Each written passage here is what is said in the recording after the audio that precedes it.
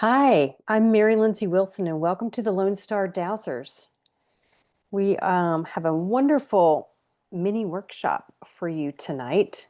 But before we get started, I've got some announcements. So here we go. I want to just ask you if you find value in the programs that we've been doing. We've been doing this for 5 years now, and if you find that these programs support and contribute to you, please consider making a donation. We have a link in the newsletter, a couple different ways that you can make a donation. So that would be appreciated. Want to keep things going. And we partner with other dowsing groups, and they have some announcements. So if you want to practice your dowsing and also be of service, there is an aid and relief from fires, drought, heat waves, and floods every Tuesday at 8 o'clock Central. The Tucson Dowsers meet on Zoom. So please consider joining us and inviting the nature spirits to bring rain to the drought-stricken areas. It's a short event. It's about 15 minutes. And there's also Dowsing for the Planet every Thursday night on Zoom. That's at 8 o'clock. And this is a weekly meeting that's hosted by our friends from Australia, Heather Wilkes and Francis Peterson. It's Dowsing for Healing Australia and Beyond. And I also want to say shout out to all the folks at the Aurora Chapel that are at the watch party here in Houston. Thanks for joining us. And tonight you're in for a treat. We have Susan Collins, who is a international dowser who resides outside of Toronto, and she's going to show us how to clean our psychic closet.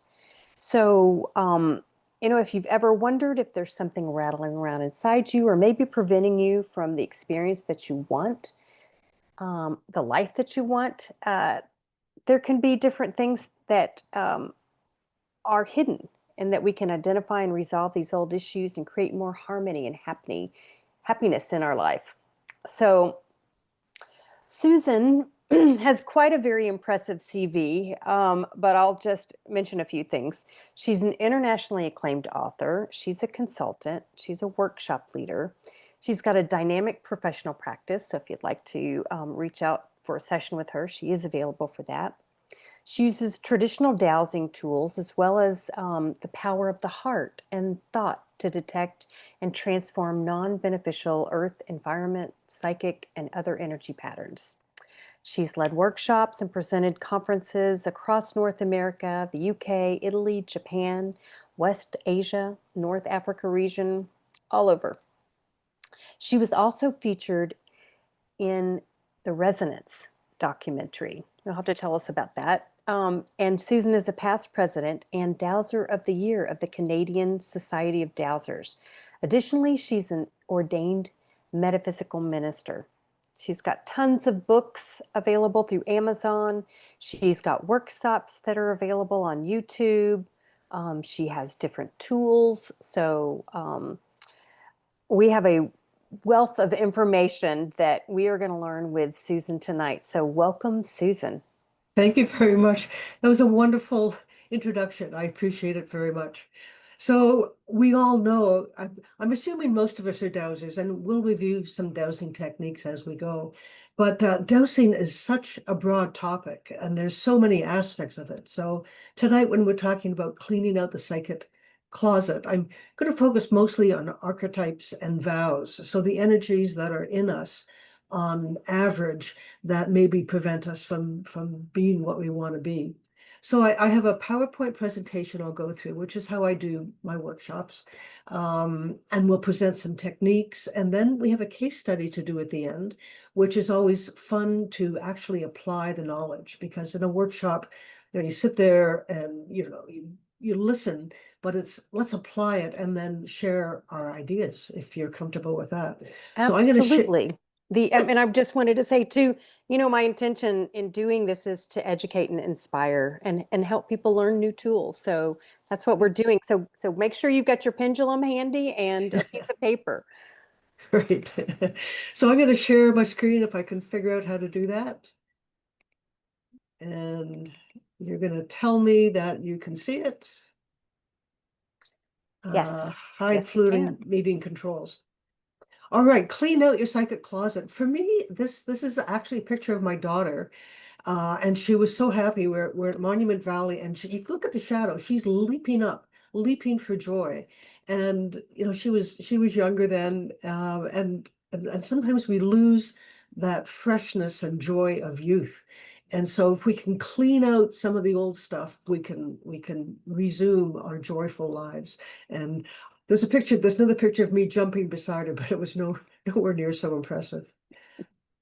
So, as mentioned, my name is Susan Collins, and I'm an ordained minister. By law, I must say my religion is metaphysics, which is the study of the nature of reality, and I have spent my whole life doing that. My colleague, now gone, White Eagle, gave me the name Carrier of the Sacred Water, Water Woman, some years back, and in recognition, I do water wells. In addition to the other psychic work and all the rest of it.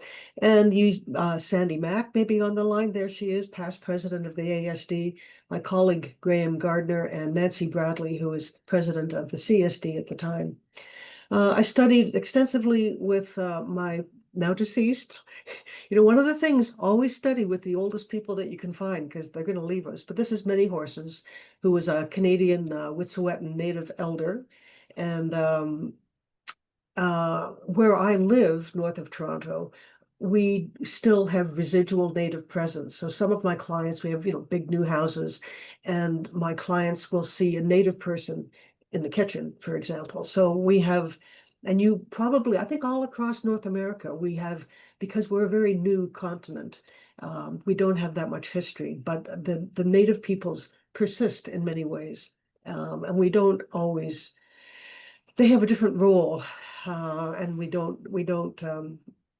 work with them. Let me just say that. So Many Horses, my friend and colleague.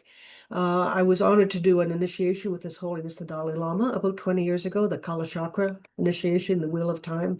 I've studied in the Celtic tradition, the Kabbalistic tradition, which I love very much. And then I do weddings, and to be in the presence of love, it's the purest thing. To hold a child, to be with people in love. It really takes you back to joy. And we are trying to, of course, to live in joy and happiness without the fears that we have. So this is not a picture of me, uh, because they hadn't invented color photography when I was born, but I used to play inside a stool because I was clairsentient when I came in, which means I could feel things around me.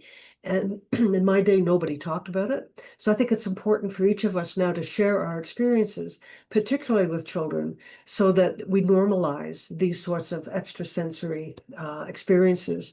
But I would play inside a stool.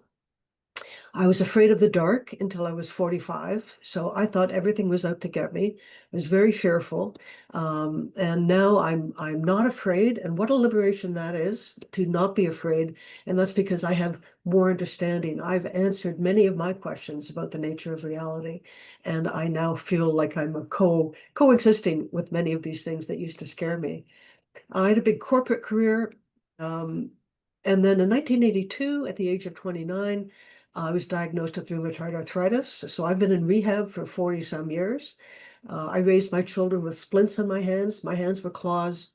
They didn't open or close for years and years and years. Around the turn of the millennium, I found dosing, and that began to really change my life, to realize that I could work with energy. I could detect energy and transform energy in myself and in my environment. So for the last 40 years, my path has generally been self healing, and also explaining and interacting with these other energies, which we'll go into a little bit. One of the things I found, I've been drug free for 20 years, which is amazing to me. But I found through all those years that the autoimmune disorders, rheumatoid arthritis, and many of these things can be the self not recognizing the self. So I recognize now that I came in as a little tiny human. I came in with a certain soul mission. I talk about earth mission, soul mission. And and they didn't talk about that in my day, but I was meant to do something. I was making money. I was going to be the president of AT&T, do all this stuff. And then I got so sick I couldn't do it. So it's like the universe said, no, you've got something else to do. So sometimes we're just unlucky, or sometimes it's our genetics, but sometimes if you can figure out what am I supposed to be doing? If you've got symptoms of a disease, we talk about finding the source of symptoms. If you have the symptoms of a disease, you might think about what you might be learning from the experience of having the disease, or from things that you're not doing. Along the way, I wrote all these books. The Get Healthy with Dowsing and Get Happy with Dowsing are the two that relate most to this. These are all available on Amazon now. So you can order any of those. And then the life cards is like a card deck, a fortune telling card deck, although it's not fortune, it's life path kinds of stuff. So it was a tremendous, if you really want to learn a subject, you teach it. So I've taught little tiny 10 people here and there everywhere, and then larger groups and larger groups. And in the meeting with people and discovering their issues and finding different ways to resolve them, there was a lot of information there. So I've really worked with the intuitive brain and the left brain, the analytical brain, and I've been gifted with the ability to write, and design and produce and do all that. So that's the information there. So tonight, I would like to look at dosing techniques first, just to review, just to make sure we're all on the same page. Psychic protection, extremely important, because I have to say about a third of my clients are people who are working with energy professionally in some way. They're channeling, or they're a medium, or they're whatever, and their protection as they go into these different altered states isn't always perfect. So I'm going to share with you my dosing protocol, which is a big thing with psychic protection. But start with psychic protection, and if things are falling apart for you, take a step back, take a breath and go into your own spiritual tradition, whatever that is. One thing with teaching in these different countries and different cultures is that I can't present it as a religious thing. So if I go to Japan, for example, it's Shintoism and Buddhism. In the Middle East, it's Islam. In North America, there's lots of Christians.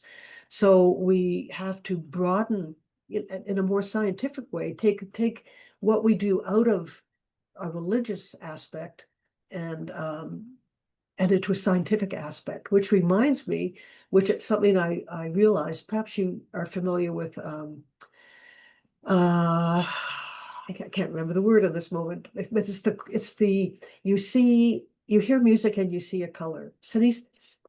Um, Synesthesia. There it yeah, is. I I have the gift of synesthesia. Synesthesia. So some people, they hear music, they see a color, they see a letter, and it's the crossing of the senses. And for me, what we do, the way we interpret, and the way I interpret energy is electromagnetic. I'm interpreting electromagnetic fluctuations. And I realized that the sixth sense, being electromagnetic, we can call our psychic ability electromagnetic synesthesia, which takes it into the realm of science. And people have studied this, and it's actually a medical condition. It's not woo-woo, it's science. So I always try to bring things into science. So if people ask you, if you only take that away, so dowsing is electromagnetic synesthesia. Anybody can do it. We're tuning into radio waves, TV waves, and we're tuning into the essence of the universe. It's a fabulous thing for me. Anyway, we're going to look at conscious and unconscious patterns, and then archetypes, which are embodied roles. So we'll talk about it, and vows, and then we'll do a case study. And please put questions in the chat, and Mary will bring them along. So I did these life cards, and I'll hold them up here.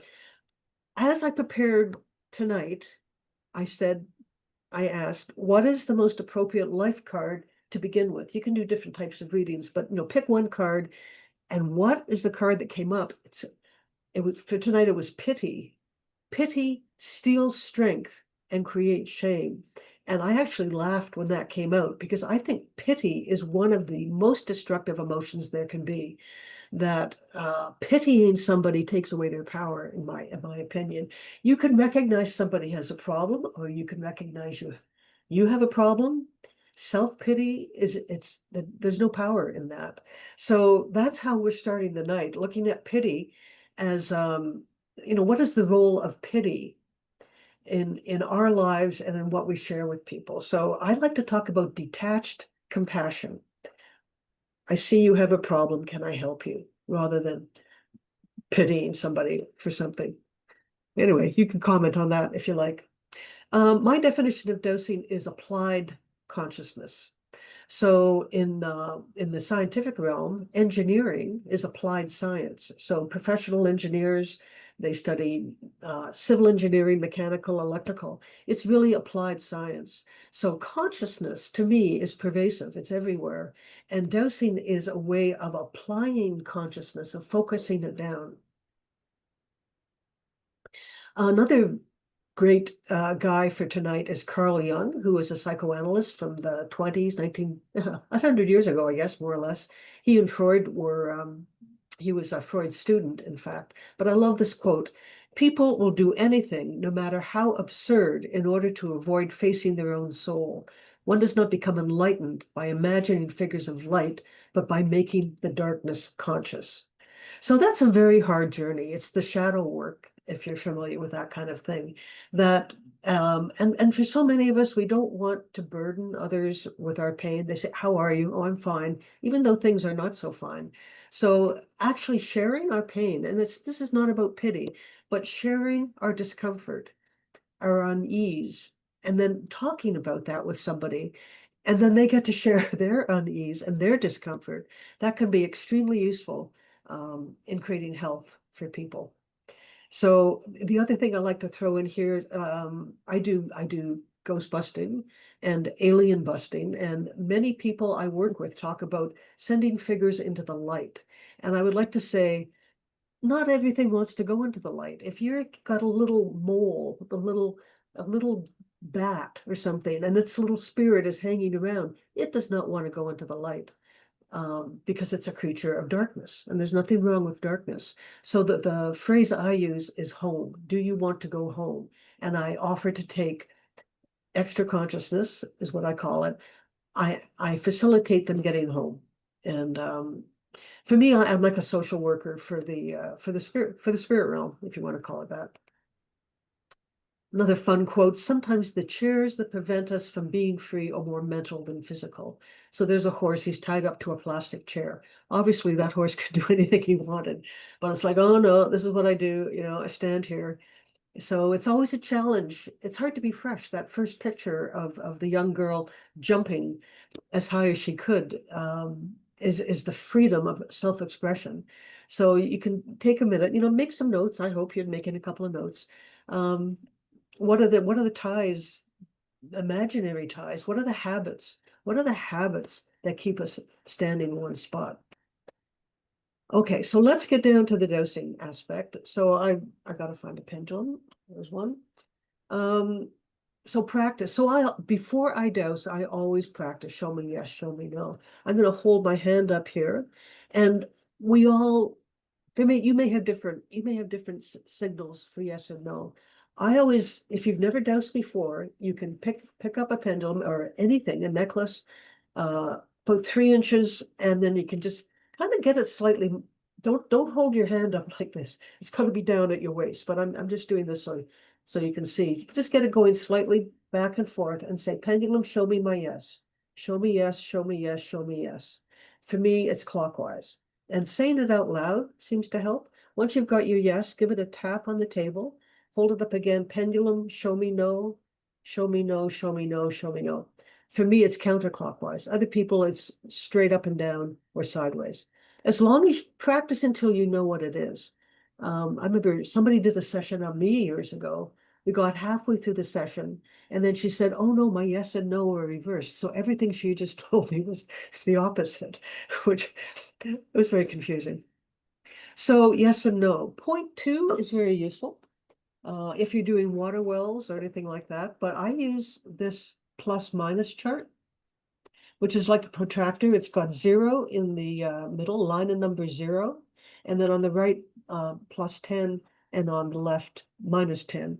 So when you're using charts and the overall benefit of doing something, it's always good to have the negative range on there as well, the minus range.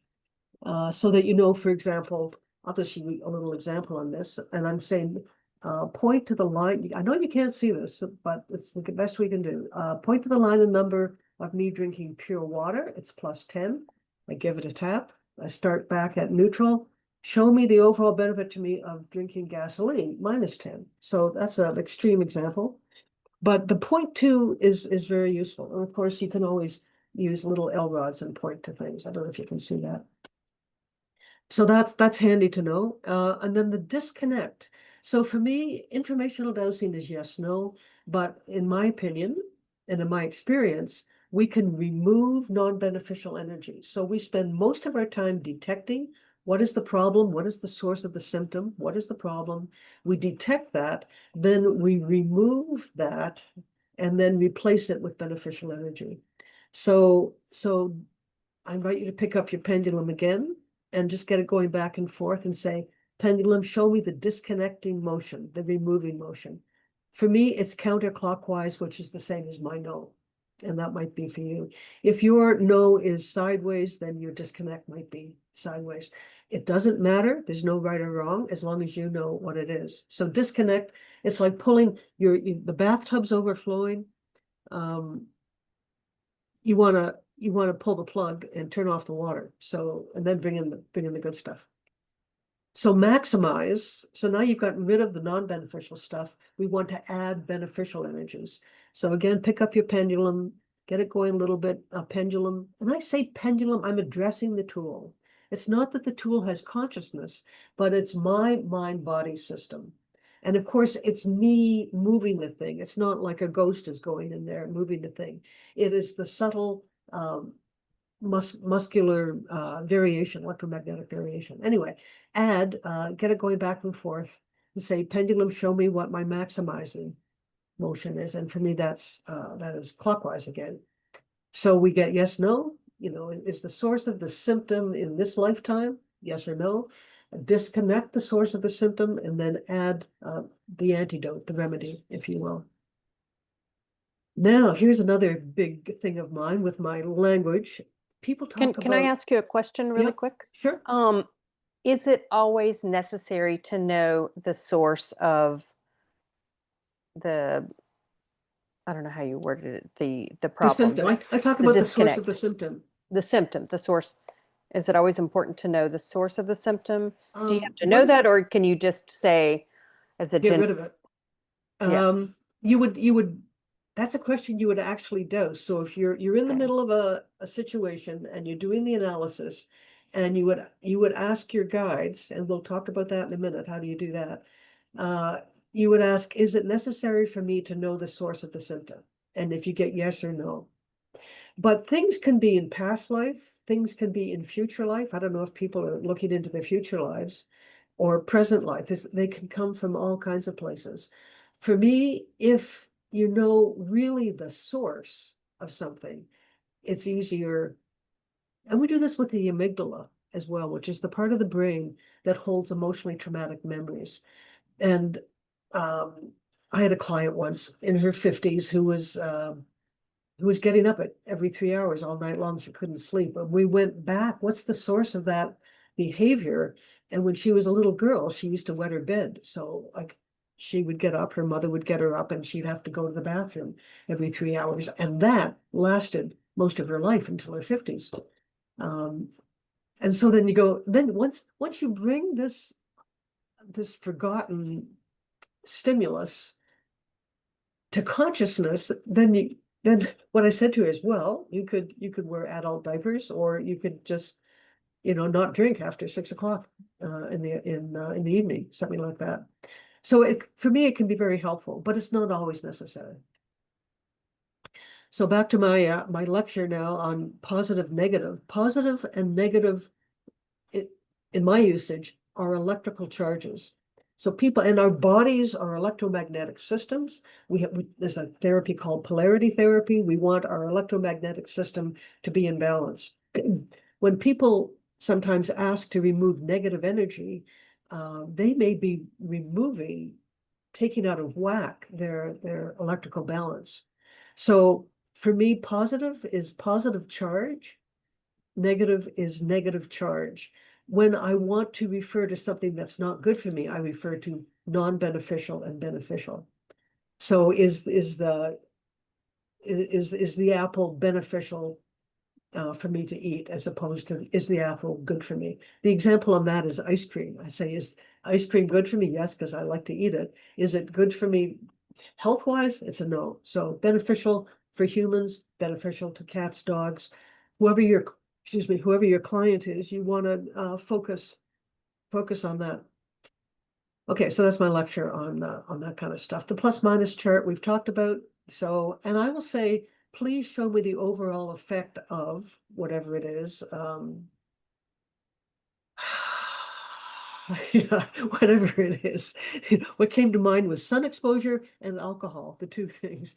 You might say, the amount of time I spend on the sun, what's the overall effect on me? Or the amount of time I spent, because I've had last year some skin cancers taken off, because in my day, of course, we lay in the sun and put oil on our bodies.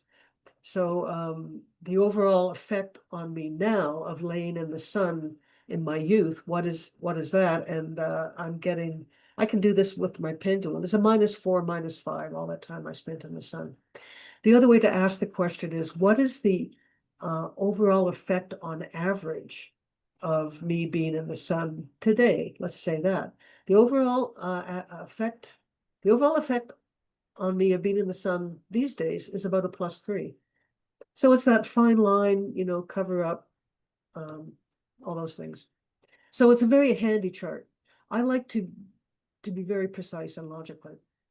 So now I invite you, and everything is an invitation. You don't have to do this.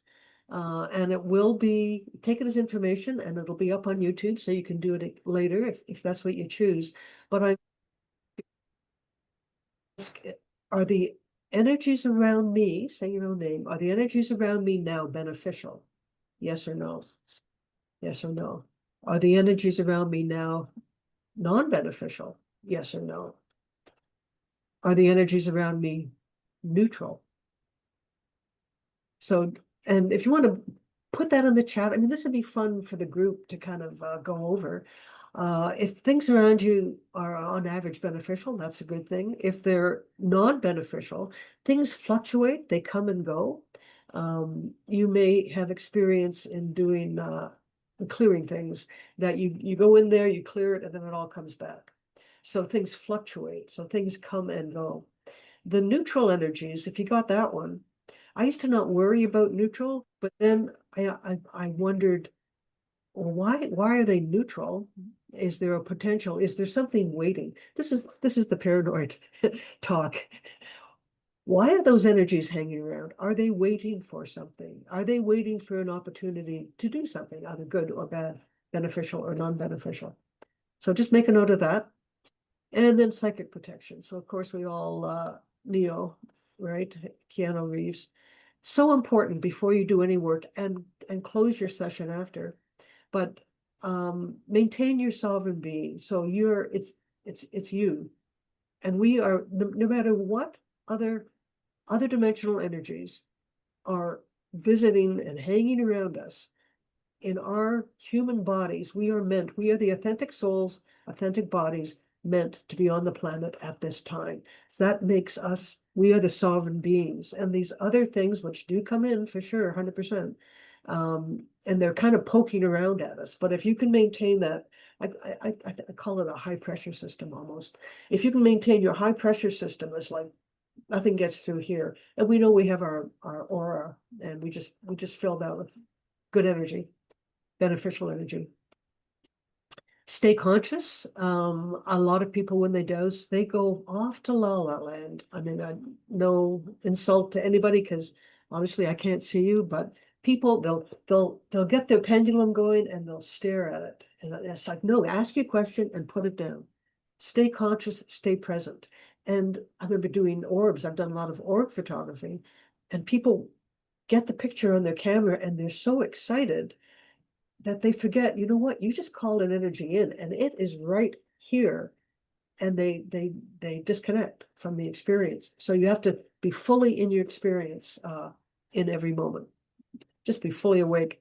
Physical objects help, jewelry or whatever, something to remind you. Well, that's why we wear rings and fancy jewelries and stones and feathers. Protection while you sleep. That's why everybody invented prayers. For me, before I go to sleep, I will do some protection and I'll ask to receive useful information when I wake up. And that works pretty well. And then the dosing protocol. Okay, so I'll send you, my email is susan@dowser.ca, and that's up here. If you send me an email with protocol in the subject line, I will send you, it's a 2-page PDF, simplified here. But I invite you to pick up your pendulums and do it with me now. I'm going to do it with a bobber, and you guys have probably seen a bobber. It bobs up and down. This is so I don't have to keep my hand up. But so I invite you to do it together, and I'll send you the PDF if you want it. So we balance the physical body. So make sure before you're dosing, for example, that you've got water, that you rested, that you don't have to go to the bathroom. You've got time. It's not like, oh, I have to go out in 5 minutes. You have the time. You connect. These are the things I connect with. My human body for my good health, the intelligent and beneficial energies of nature, the divine source, and my spirit team. That's all I connect with. And that's my little, I call them my posse, actually. That it's like a submarine now. Like I'm in my little submarine, and with honor and respect, and through my spirit team, I'm looking at, accessing, interacting with other types of interdimensional energy. And then at the end, I come back in. So this it's taken me a long time to do this. And I thank my many teachers who have helped me along this path. But I want to share how to protect yourself. The forgiveness is really important. Creator, forgive me. I forgive myself. I forgive all those who've harmed me. I release them from my body, mind, and spirit. Step 4 is the disconnect, and we saw the motion for that. So we're disconnecting non-beneficial energies. I've got a lot of words for that. And once we started doing vaccines, it wasn't just the energies we're disconnecting, it's the processes, biomechanical, biochemical, bioelectrical processes of the body. So if you can disconnect non-beneficial processes, that really starts cleaning out your body. And we do this every day, twice a day, and boom, you're done. You got to keep doing it. Step 5, you maximize the beneficial energies. If you're dosing for someone, number 6, seek permission to dose. Dosing is the easy part, seriously. Number 8 is to create an ongoing energy system to automatically update these changes, to make that transformation. We ask for transformation at the appropriate rate and intensity. For example, if you want to lose 20 pounds as quickly as possible, you could be in a car accident and they cut your leg off. So we don't want that. We want as appropriate in the most healthy way. This And is then number number 9, 8. that's create the ongoing energy matrix. It's an ongoing system to automatically updating. So let's say an example on this, and I want you to have this technical information, because once we get to the archetypes and stuff, this is how we do everything. This is the method of doing it. Let's say we determine whether it's in the body, it's a physical system, or it's what I call an extra consciousness, which you might call a ghost or an alien or whatever. Let's arbitrarily assign a frequency of 100 to this non-beneficial frequency. And then you're starting to do your work and things are getting better. And instead of it being 100 frequency, you actually improve yourself and it's 99 frequency. But if your programming is still based on that 100 frequency, it's now like you're missing. So when you first develop your program, you're hitting it dead on. But then as the situation changes, unless your programming changes with it, you've missed Mars, right? You didn't do the calculation for Mars. So it's extremely powerful, ongoing system, automatically create the perfect conditions so that I experience perfect health in all aspects of my being. So this, this language seems, oh my God, there's so many words. But I do find that if you can laser your brain and your words and hit the target, then everything else kind of falls into place. So I encourage you to try it. Number 9, disconnect. People just walk away, put down this has happened to me back in the early days. I'd be in session, the phone would ring, I would forget to disconnect, and then the rest of the day I'm like lying on the couch going, what happened? It's because I'm still in that other energy without disconnecting. So always close the session. Number 10, thank the energies that have been helping you because there are out there. And then 11, communicate your results appropriately. Not everybody in the world is ready to hear the kinds of things we do, which is why this electromagnetic synesthesia is a great thing. It's like, oh man, how do you do that? Well, it's electromagnetic. They won't know what you're talking about, but it doesn't scare them as much. So a lot of my work has been not to scare people. I call myself a personal management consultant. Um, and try to present as a normal person in the world. And I think we get a lot done in that way and remain powerful. We have to remain, it's not the time for the hermits, right? So let's move into patterns now. And if you've got questions on this, please just put them in the chat and then Mary will bring them up as we go. So an unconscious pattern, and that's really, we're talking about this kind of thing tonight. It's, you a knee-jerk reaction. You're driving and you say something, you do something, or or somebody you're very close to says something and it just triggers you like crazy. So a knee-jerk reaction or habitual behaviors, like that darn horse being tied to a plastic chair. It's just standing at the chair, it's like, oh, I don't know, I'm just gonna be here without it's the hardest thing probably is to be fresh every day, to wake up. I would usually start the day was like, what's the one thing, that I can do today? And it's like not a big list. And maybe I'll get 2 things done, but it's something. Let me focus towards that one thing. And I find that helps me. Negative self-talk. And we see and hear that all the time. It's people say, oh, I'm so stupid, I always do that. Or when my kids were young, somebody in our mother's group had a same little baby, a few months old, and she nicknamed her child Little Brat. So that child grew up being labeled Little Brat. And like, how's this child supposed to have self-esteem?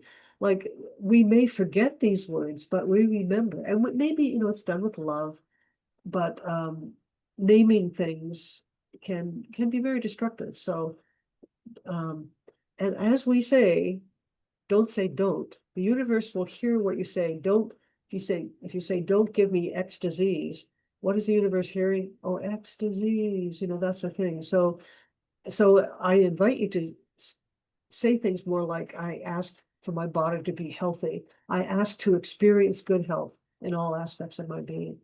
And so I had, seriously crippling arthritis for many, many years. And my journey's all been self-healing, and I'm doing very well, I must say. I won't bore you with my success in that area. We had a question. Can you please explain the balancing of the positive and negative charge in one system at some point? The balancing, well, first, well, here, I Or don't do want to we run want up. to Well, tackle that towards the end? no, I will do it now. Like we don't want to run out of time. We have 45 minutes or so, right? Yes. Okay, already. If a question comes up, we like to address it because if there's one question, everybody has it. I invite you to pick up your pendulums and say, pendulum, show me positive charge, which is electrical charge. Tap it. Pendulum, show me negative charge. Tap it. Okay, now take your hand over your pinky, say, pendulum, show me the electrical charge of my pinky. A ring finger, show me the electrical charge over my ring finger. Show me the electrical charge over the next one, and over the next one, and over my thumb. And if I could see you, I'd be seeing what you were doing. But what you will notice, well, let me first, and I invite you to douse, is that the most appropriate electrical um, signature from my hand? Now, some of you may be doing Reiki. So when our electrical systems are changing all the time, when we're practitioners doing Reiki or massage, it'll be different than just being normal people. But for me, and what seems to be healthy is my hand, my fingers show alternating positive, negative, positive, negative. The top, you can do the top of your head. What's my electrical charge on the top of my head? And what's electrical charge on at your feet? What's the electrical charge in front of your body? What's the electrical charge behind your body? And you can just intend that, because you can't get back there yourself, electrical charge behind. So if, and then ask for each of those things, are those the most appropriate charges for me so that I experience good health?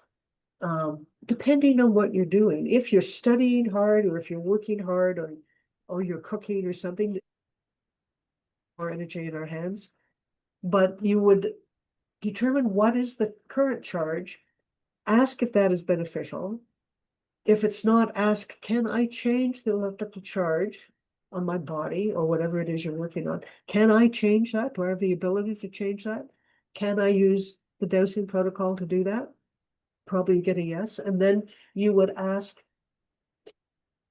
and my psi is changing brainwave states. You would ask, I ask that all my body's electromagnetic systems be in perfect balance so that I experience ongoing perfect health. And I ask that this continue on an ongoing basis. And it's, for me, it's not just physical, it's physical, mental, spiritual, emotional, energetic. So we ask, and this is what the protocol does really in the full form, that all aspects of my physical being be in perfect health on an ongoing basis. So there's that. But let's carry on unconscious. Before it was conscious patterns. I know I get upset with my friend because they always say that, and it makes me crazy every single time. But the unconscious patterns, we don't know why we're doing that, but it's things that are forgotten, like the little story about the woman who was having to wake up every 3 hours because when she was very young, she had to pee in the bed. So we've forgotten those things. So this is an example of, is it important to know the source of the symptom? It could be a forgotten event.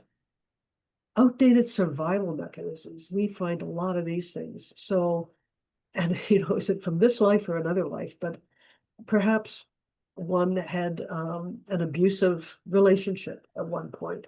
So, so some eating disorders may be based on this. And I'm not a doctor, so I can't comment medically, but people, my understanding is that sometimes if people are being abused, they will create their body, they'll eat too much so that then it's a protection almost. And I don't want to go into that particularly, but so it could be from this lifetime that let's say, and I hate to talk about abuse, but that's really where that's where our pain comes from a lot of the time. Let's say you're in school and one of the teachers yelled at you and they had a bright green jacket on. And now every time you see that bright green jacket, you're triggered because you think you're going to be yelled at. So you shrink down and then you don't put your hand up, you don't participate. If it's from a past life, an outdated survival mechanism could come from, and check that. I invite you to do that right now. Do I have it? Do I say your own name? Have any outdated survival mechanisms? Do any come from past lives? Do they come from this life? Do they come from future lives? And it's pretty interesting to see what comes out of the future. That's a whole other kettle of fish. So outdated roles and archetypes. I can say that some people growing up, let's say there's different kids. Some of the kids don't behave well, and then there's the kid who behaves well, and then the family kind of relies on them to be the good person, to look after mom and dad, to to The put the money out. caretaker. Yeah. So you gotta, this is one of those things. So it's an outdated role. And then as you grow up and you have your own family, you don't want to be the one that's always making all the bookings. Like why are we the ones always arranging everything? Why don't other people do it? As long as we keep doing it, they will keep making us do it because we're making it ourselves do it. Anyway, outdated roles, outdated vows, and these can be, we're going to give some examples a little bit. It could be military things, vows of service. Strangely, maybe not strangely, up here near Niagara Falls, one of the wars was fought, the War of 1812 between the Americans and the Canadians. Don't know if you knew that. And there was a lot of fighting right in where our orchards are. And people sometimes see the soldiers still there. I had one client and her her place was kind of infested with with ghosts. And I went in there and it was like the soldiers, they were dead, of course, but they'd never been dismissed. They had made a vow of service and they had never been released. So we released them. So that's something to think about. We'll talk more about vows as we go, because that's what we're doing. And then inherited blocks. So it was like everybody from my village, it works in the mine or gets married at 17 or does whatever they do, is poor. And then, so I guess I'm like that too. For me, it's always amazing when we see presidents of countries and leaders of industry. And you say, well, where did they come from? And they grew up in some little town. Abraham Lincoln was one of these guys, just, a cabin in the woods or a field or something. But if you, again, you think of that horse with the plastic chair, it's like just because you come from nothing doesn't mean you are nothing. You become a sovereign being and you define your dream and then create it. And then parts of soul lost. So people talk about soul retrieval. I talk about soul repair. Um, and where are we retrieving the soul from? I believe the parts of the soul kind of splinter off and then hide in our bodies. So again, using the example of abuse and the overeating, it could be that the part of the soul splintered off and then it's like hiding in the body, in the intestines, and creating the microbiome in certain ways.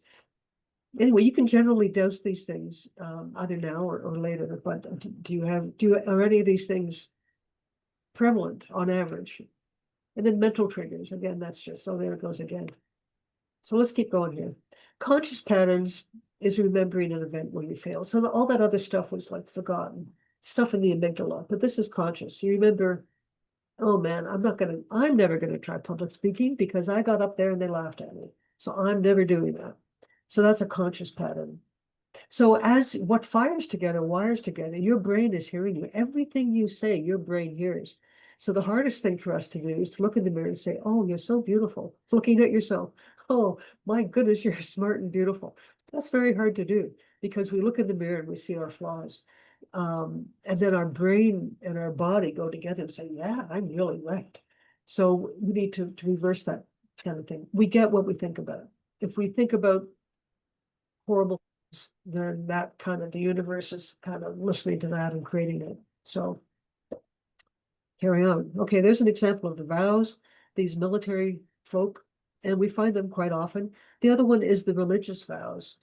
And a lot of us in the energy world have made vows of one kind or another.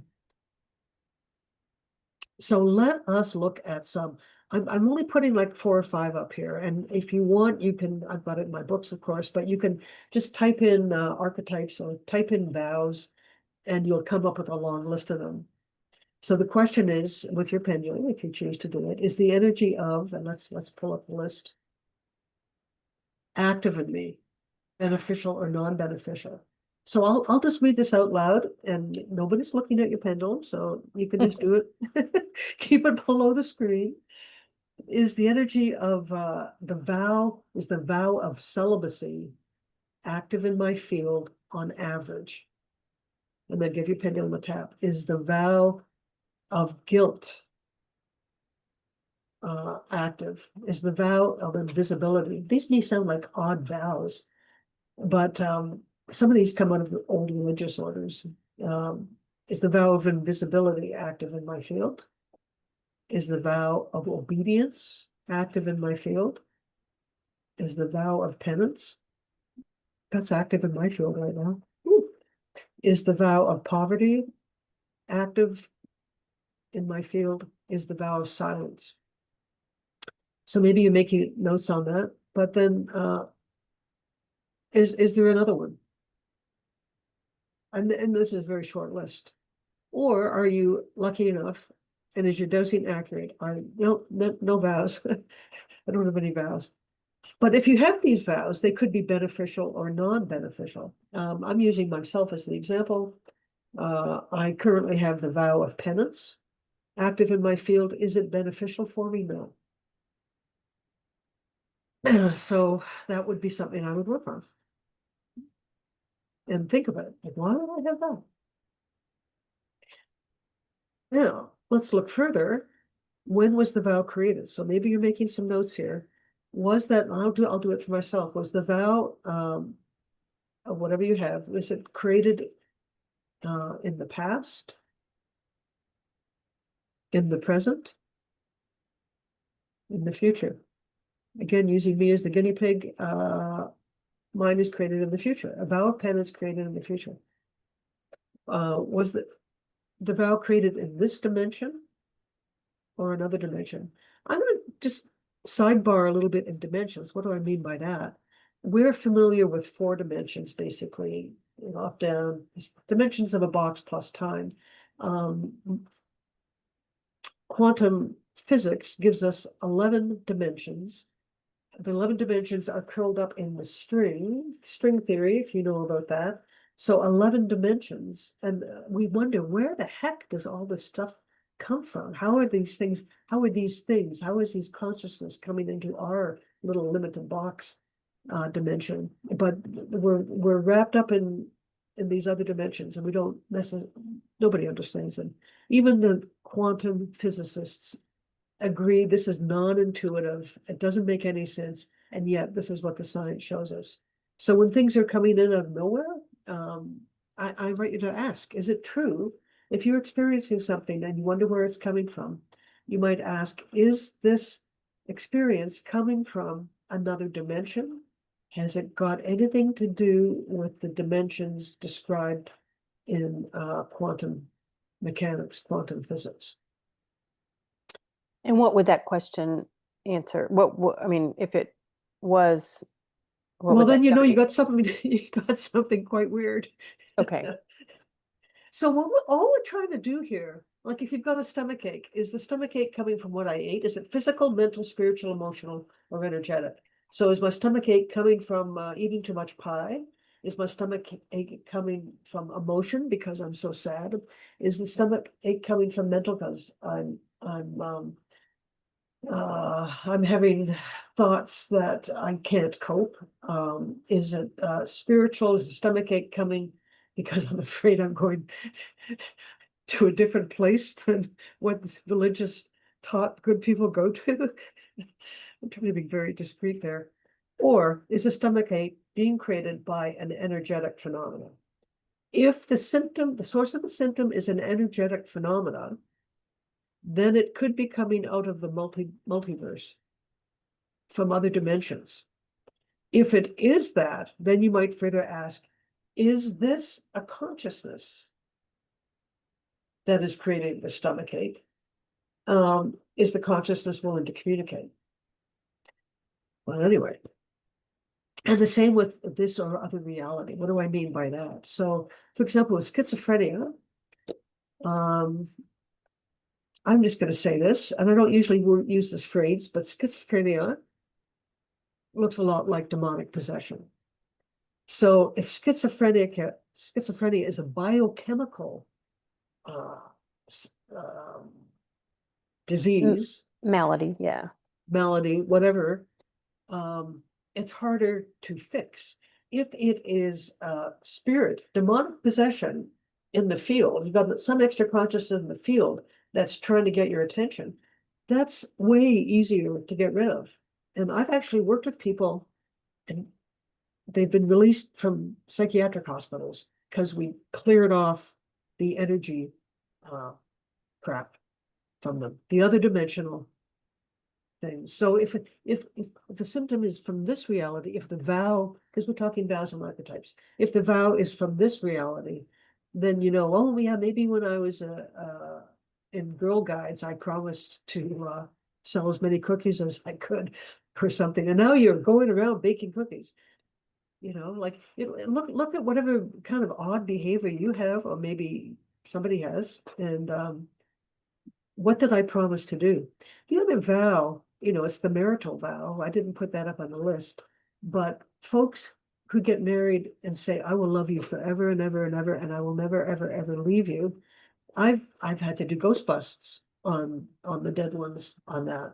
One of my first ones, I found this gentleman, dead guy, who was hanging around the apartment. And I said, oh, sir, I see you there. Sometimes we have to tell them they've left their bodies. Sir, I see you there. Can I help you? Which is how I always start. And he says, yeah, I'm waiting for my wife, because he had died first. So then I worked with the energies and determined that the wife had died long ago. So I say, sir, your wife's already gone. You might as well go ahead and catch up with her. And immediately just gone. So there's no big drama. It's just where are these things coming from? Reality, and then this or other frequency. So these are the questions that kind of open up the whole can of worms, really. It's just, I have a stomach ache because I ate bad tuna fish, or do I have a stomach ache because there's some ghost guy that thinks I'm his dead wife? Big Okay, difference. have a question here. So, for all married people who, have gotten a divorce, um, what's the quick and easy releasing of the You vow? just disconnect. It's step 4 of the protocol. You disconnect the vow. Okay, just disconnect Yeah. the vow. The hardest thing is figuring out where it is. The easiest thing is getting rid of it. Dis Ah. yeah, So once disconnect. you locate where it is, where that energy is in the field, then you can disconnect from it. Yeah. And then you ask your team, do I need to know more than this? Because sometimes you don't. It's just like, honestly, the story, this sounds terrible, but you obviously, if I'll just blurt it out, Yeah. clients want to tell the story. And it's like, you know what? If talking would have fixed your problem, you wouldn't be having this problem. So I always say, give me in point form, bullet points. What's the issue here? And then we go and find the source of that. But the long story of, self-pity, going back to that word, um, it keeps you like that horse tied to the plastic chair. Oh yeah, that's my story. It's like the elevator speech that we all rehearse. But for me, with the protocol, and I credit all the teachers I've worked with in the last 25 years or so, and all the clients I've worked with that have shown me where it needed work. And there's a lot of words in there, but it's like everything, and I update it whenever I get something new, I update it. But if you can stay focused, you just disconnect the thing. You find the thing disconnected on an ongoing basis. Um, and I'm going on again. Most of the effectiveness, a lot of the effectiveness comes not from, and I said that I'll use myself as example. When my hands were claws, I tried getting rid of, it was rheumatoid arthritis. And I thought, how am I going to mentally, complete this journey, the things that I need. And I thought, I'll have a 20-year party and then it'll be done. Um, and then finally, I heard a native woman say, heal me if there's anything wrong and give me the wisdom to share. So instead of asking, dear God, please heal me, it's like, heal me if there's anything wrong so I can share that with other people. So being in service, whatever you do, whatever you ask for, you can ask to be in service. So if you have children or grandchildren or people or pets or flowers or community or the weather, dear God, please, and I say this when I was out teaching, I couldn't believe it my first big trip was to Kuwait, and I had simply made the statement, um, that give me the resources. I want to travel. I want to travel and teach dowsing. Give me the resources to do that. Within 3 months, I'm invited to Kuwait to teach, and it was like, whoa. It was such a big response. And I went. I never even spoke to the person. It was all by email, and flew over there just all by myself. And I was still pretty crippled, and it was like, give me the strength to drag two suitcases around the world and share. Give me the wisdom. Heal me if there's anything wrong. Give me the wisdom to share. So ask for your good results so that you can help others in some way.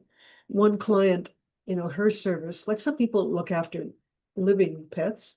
One client, her service turned out to be looking after the spirits of dead cats. What? Because like there's a lot of roadkill and a lot of animals are put down. And her heart was big enough. She had living cats, but her heart was big enough that she was creating a place where these little souls could transition. So nobody knows what your service would be, or it doesn't. You pick up the litter on your street, or it doesn't. Nobody. It doesn't matter what it is. But if you ask just for you, it's not as good as heal me if there's anything wrong. Give me the wisdom to share. And that That's works. beautiful. Thank you. Yeah, no, I heard that on the radio one day, and I thought that is so profound. Like I've talked for an hour probably already, and and that's the nut of it. Heal me if there's anything wrong. Give me the wisdom to share. Let's quickly look at archetypes, and if you can see in this, I was in Japan, and there's a big castle up here, and they have cut out figures, and you're supposed to put your face in there.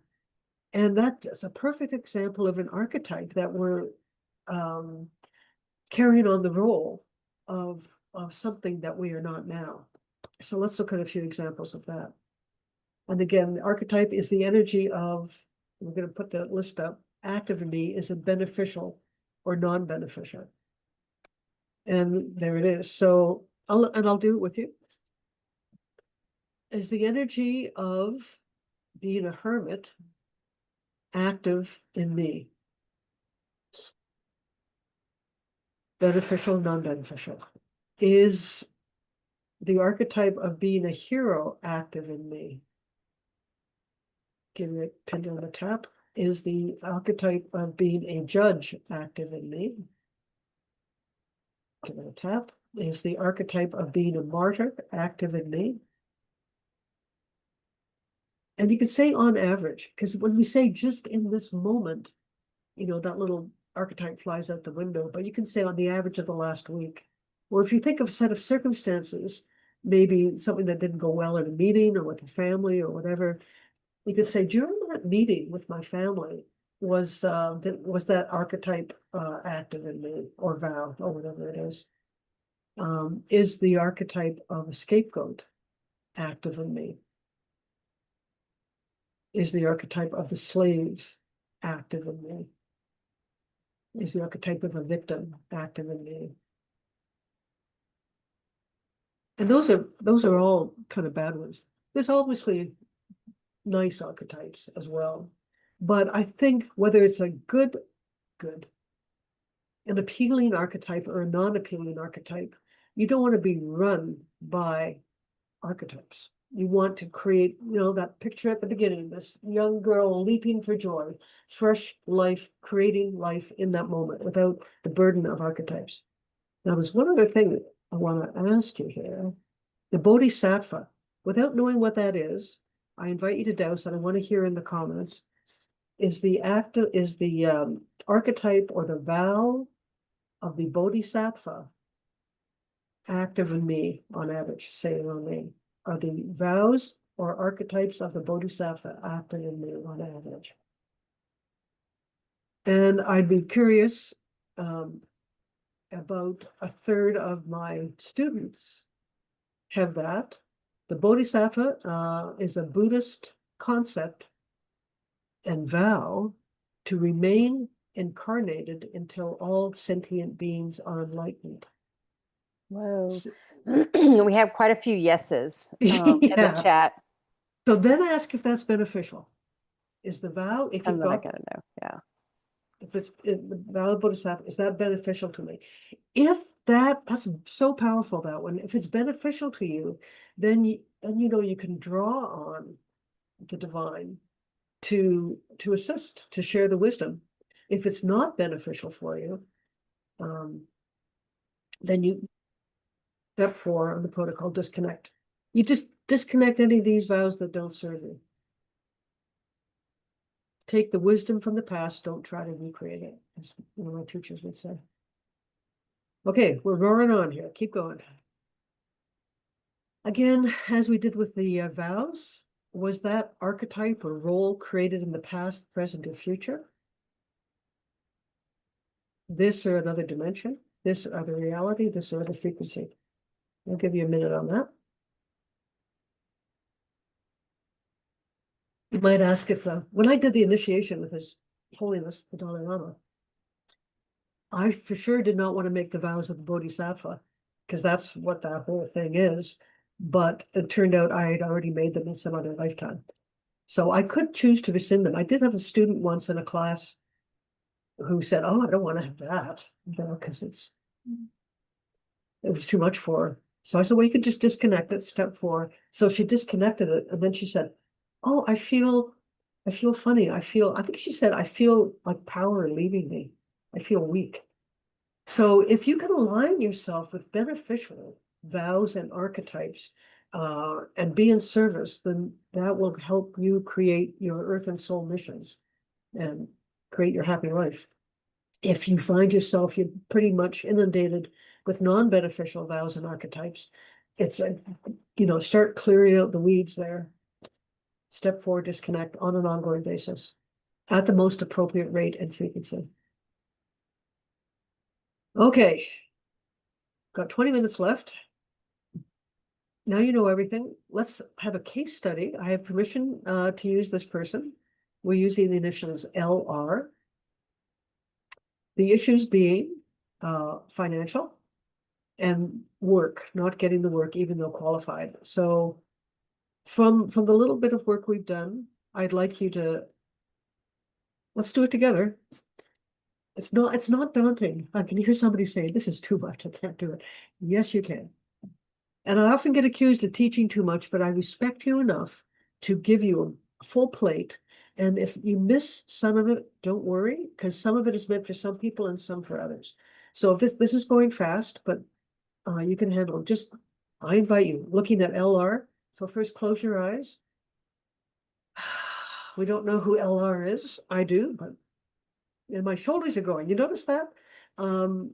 When I am encountering an energy, so before I was just talking, now I'm going into a dowsing mode, and my shoulders started to go, and that's my physical response to feeling the energy. Right? So I might sigh, changing brainwave states. I close my eyes, and I might get a little shiver. When I douse, by the way, when I'm connecting in with that protocol, I'll get an electrical charge down my spine, little shiver. Feels like you're cold, but it's you're plugging into the universe.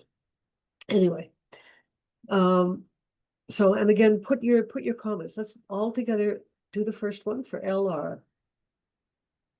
With regard to LR's issues with regard to money and getting work, are there non-beneficial vows that are contributing to their experience,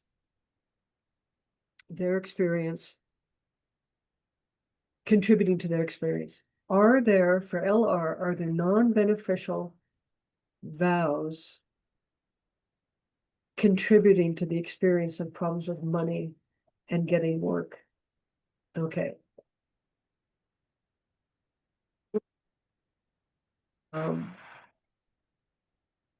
In the past,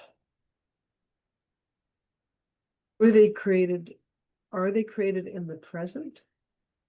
Are they created in the future? And this may be a new concept for you guys to douse the future. Let's thinking about the future. It could be a future, and then if it's future, if you get future, is it a future life, different body, or is it future life, this body? Big differentiation. So the question of what's the source of this, if it's some, I was going to say a bad word there. I find the future selves are often quite busybody, and they're just trying to help us. Our future selves are trying to help us, but honestly, they got to stay over there, and we have to be sovereign beings in these present current bodies. My body, my planet, kind of thing. Do we want to talk about the say- chat or keep going? well, let's Should we just keep going and then kind of review? I think so. I think so. Okay. So, because I'm aware of time. Okay, so let's all once again, focus on LR. We have to keep bringing ourselves back, right? This is the mental side, the focus.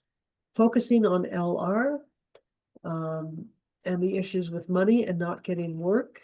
Does LR embody archetypes on average that prevent them from having financial success and work success? Is LR embodying archetypes? Please put your comments in. Mary's going to have a lot to read at the end here. Is it from, let's use the other, are the archetypes coming from this dimension? Are the archetypes coming from another dimension? Okay. Now, every single list I do always has other, because it could be other things. For example, psychic chords. Let's just, as an example, throw psychic chords in there. Okay, focus once again on LR. Focus on the financial issues and not getting the work, even though qualified. Are there, on average, non-beneficial psychic chords in LR's field that are contributing to the financial and work issues? Yes or no? Then let's go to let's just, do they come from this reality? Do they come from another reality? Check. It's like, reality, yeah, that's a real thing. Or reality, we used the example of schizophrenia before, but imaginary as well, like the fantastical. Like people get caught up in some fantastical non-reality.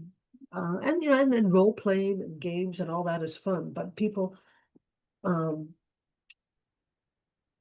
some people are spending too much time in basements playing video games, and that becomes their reality.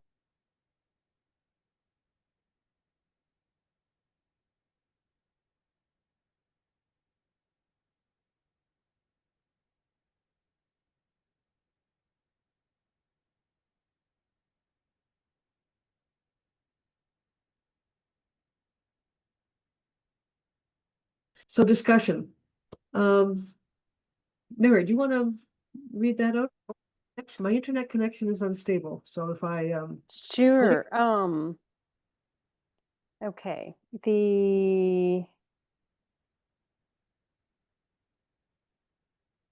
Okay. Someone had an answer that the energy came from the past and the future. Future this body. Is this Um, vows or archetypes? um, I think this has to do with the vows. The I got vows present. I had future, but it kind of, when I asked again, it kind of got unclear. Did anybody have mentioned specific vows or Um, archetypes? no, we didn't. So, yeah, so let's douse real quick to see what vows. If anybody wants to type that in, were there any of these specific vows or other or are the same with the archetypes? I'm getting guilt and obedience. Okay.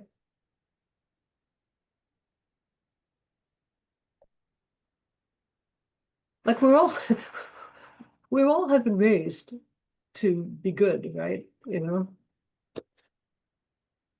Okay, archetype energy. Okay,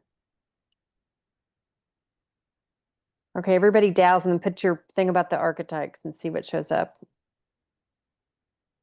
does anybody find hermit, hero, judge, martyr, scapegoat, slave, victim, or other? I get victim.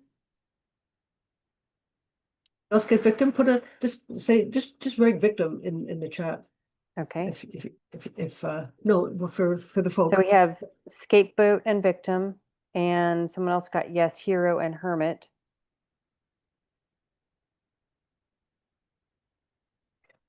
Is then like we a lot of us have these things. The next thing you want to do is look at the intensity. So you might pick up your plus minus, Someone else and you put could poverty in past, present dimension, and reality, slave. And then there's another right. hero.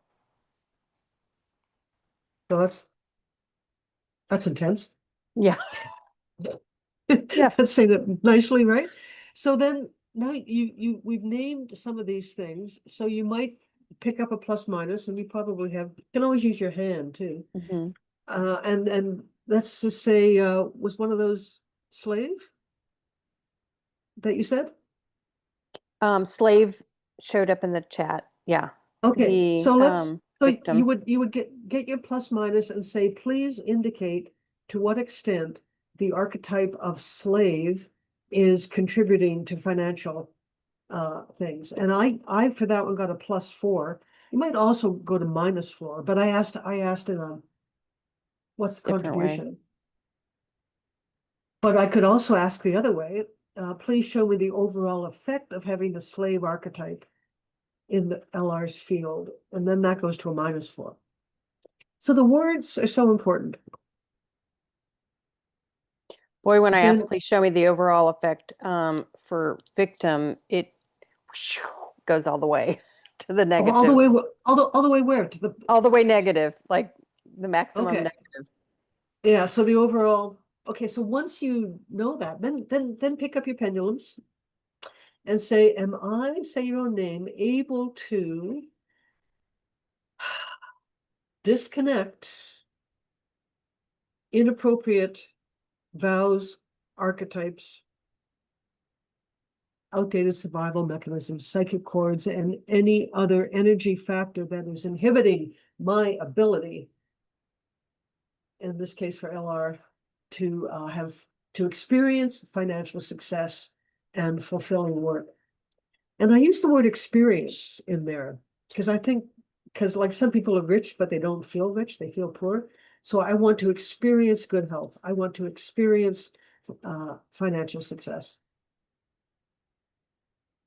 so that I can serve others. So that and it doesn't have to be, we're not talking about putting people back into slaves and all. Um, but if there's a reason, yeah, for me, my example, which blew me away, going from teaching locally 10 people at a time to asking to travel the world and teach dowsing to make money. And I'm on a plane to Kuwait within 3 months. And then, Japan and Italy and all over the place. It's like, okay, here we go. Be careful what you wish for also. And if you ask for this, then you better pay attention. Or if spirit gives you information, don't ignore it because that short circuits the whole thing. So what we have is a conversation, a dialogue with whatever you want to call it, spirit, extra consciousness, all that is, um, the great sine wave in the sky. Okay, so when I asked, can this be changed? I forgot your exact No, it's wording. not change, Um, disconnect. can it be disconnected? It was yes. So then what? Step 4 of So, the protocol. Let's do it. You know what? I actually, one of my slides here is the balancing. I'll do it for everybody. Do I have that on? Okay, so normally this is quite normal. We get to the end and then we go, oh my gosh, I've got all these things written down. So this is, I will do the words. And you guys, you can put your hands on your hearts, or you could pick up your pendulums and you could go along with it. You could put So, your so hand on a everyone piece, can disconnect from the non-beneficial vows and archetypes that they've done, or in relation to money, or whatever, correct? whatever. Yeah. Like Yes. this was just an example. The LR thing was, I'm grateful to have a case, like a real case study, because it makes it real then. It's a visceral sense as opposed to the theoretical. And hopefully you guys made some notes as you went through, and even if you've forgotten something, it's like the known unknown. Okay, I need some water here. Hang on. Everybody take a glass of I water. was say we all need some water. Yep. No, it's a long time. It's thirsty work. And you know why we need water when we're dosing? Because we're picking up the electromagnetic signals through our muscles. A well-hydrated muscle conducts electricity. That's why we need to drink water. Super important. Oh, in case you didn't know. Okay, so this is, I invite people to participate or not. This is your journey. I'll just do the generic words and I'll say in the name of God. Um, and so this clockwise for me with my bobber is yes, counterclockwise is no, counterclockwise is also disconnect. Don't worry about it. And the ready position for me is up and down. So say in the name of God as appropriate, on behalf of the current participants in this meeting, taking into account the future viewers who will be participating in this meeting in the future through YouTube or some other recorded means, or through the oral transmission of this information within dowsing groups or families between contacts. That's like everybody. So best, and I say this all the time, best and highest good as appropriate. With our intention, the intention is to reduce the pain. That's what comes in. We acknowledge the past, the present, the future. We acknowledge each individual and their private and personal journey. We acknowledge each person as a sovereign being. We acknowledge that each person can look within themselves energetically, physically, mentally, spiritually, emotionally. And some aspects that would be useful and beneficial for them to disconnect. Now my bobber is going into the disconnect. That was all the setup. So as appropriate and at the appropriate rate for each person, we ask to disconnect non-beneficial energies and processes associated with every aspect of our beings, physical, mental, spiritual, emotional, energetic, in all dimensions, timeframes, realities, and frequencies. Oh, I got a good one with frequencies. Disconnect all known, so that each person themselves has the power and ability and choice to create these conditions within themselves, disconnect non-beneficial energies and processes, known, unknown, hidden, secret, stealth, disguised, residual, fractal, fluctuating, reversed, ionic. Ionic is electromagnetic, so we're picking up a lot of that in there. Disconnect non-beneficial psychic cords. I'm picking up a lot of those. Disconnecting each person at their own rate and in a comfortable way for them, as they choose as sovereign beings. Disconnect non-beneficial psychic cords. Disconnect non-beneficial quantum connections. Strong hit on that. Disconnect non-beneficial cellular memories. Disconnect non-beneficial energy triggers. Oh, I got a good, now, I don't know if you can see that. I hope you can. Instead of just the relaxed direction, I actually call this the God moment. And it's like the bobber is creating a star. And that's a very active moment. Maybe some of you are doing that with your pendulums too, but we have set our intention. Oh, look, there we go. Now we're going clockwise, which is the maximizing. So now we can say we ask to maximize beneficial energies and processes for each person under their sovereign control so that each person can experience those things which will benefit them and assist them in completing their earth and soul missions on an ongoing basis and as appropriate and in their territories. That brought it to a stop. When I'm not manipulating the tool, but I say the words, if the thing keeps going, it's like, oh, there's something else to say.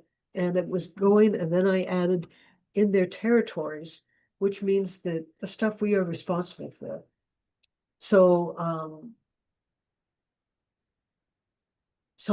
so I invite you to pick up your pendulums and ask, do I say your own name, have a territory? And then you can, is it beyond my body?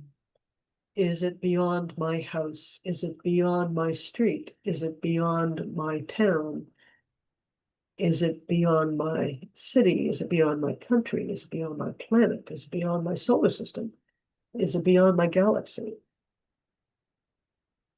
Is it beyond the universe? How, and people type in how far, where's your territory? I had one client, her territory was 8 inches from her hands. She was a celebrity hairdresser, she told me after.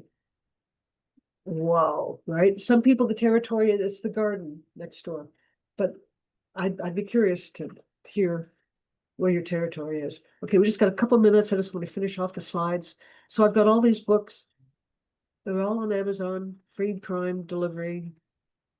And I have all these YouTube things. This is a beautiful little promo, but go on my YouTube channel and you can watch all those things. No, oh, no, I'm gonna do it. No, no, no. And that's me. And now I'm gonna stop the share and I want to do a life card. So remember I had these cards. Remember the first one was pity. So now I'm asking for a theme. I'm on my desk over here. I'm asking for something that will be useful for us going forward. I'm just shuffling them blindly. This is the one that comes up. Oh my God, truth. You see that?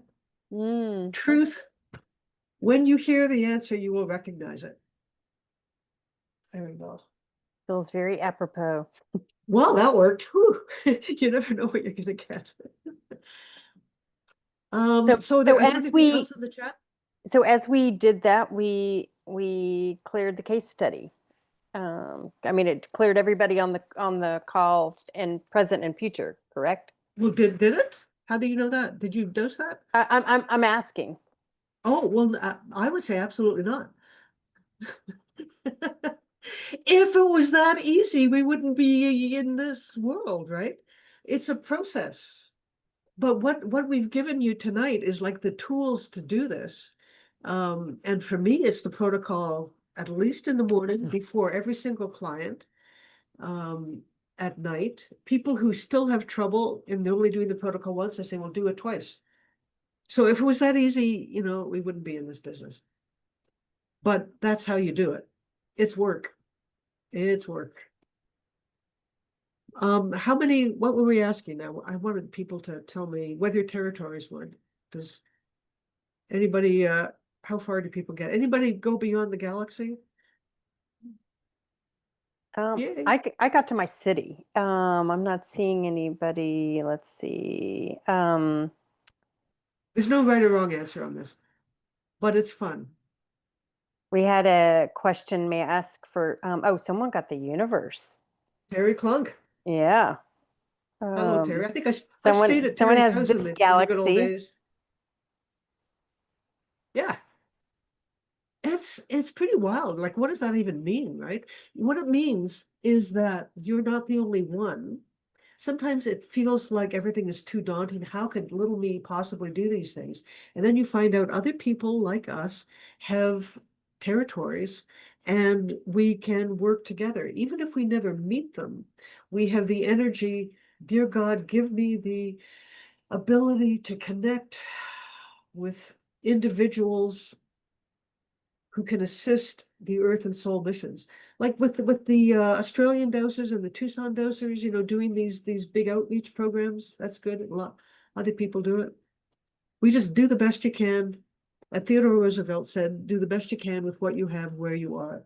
Don't wait, and don't think the work is ever done because it's not." That's an encouraging statement, isn't it? Yeah.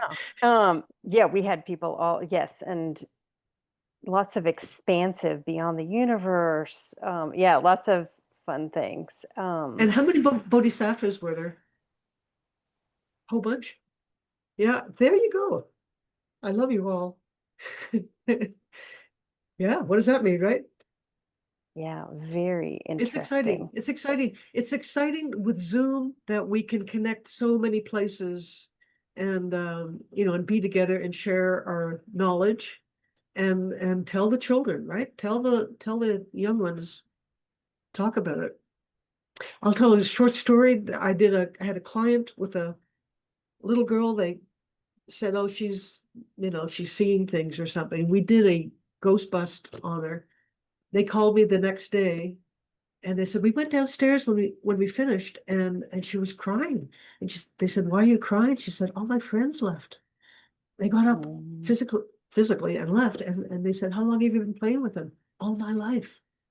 This kid was 5. So we have to share this with parents and with children and to say it's all normal. I do free consultations for children, by the way, who are experiencing these things, because that's the right thing to do. Because you're in service. Yeah, that's wonderful. It's the service. Thank you. Yeah. All right. There's a lot of love in the chat. This has been amazing. Thank you so much, Susan. Wow. I'm gonna have to integrate and go back and Yeah, play yeah. with the protocol. Thank you so much for sharing that. You're welcome. So send me anybody who wants it, Susan@dowser.ca. It's also in all my books, and you can get them on Amazon too. So Wonderful. Well, thank thank you. you. I want to hit our stop record. It's nice to see everybody.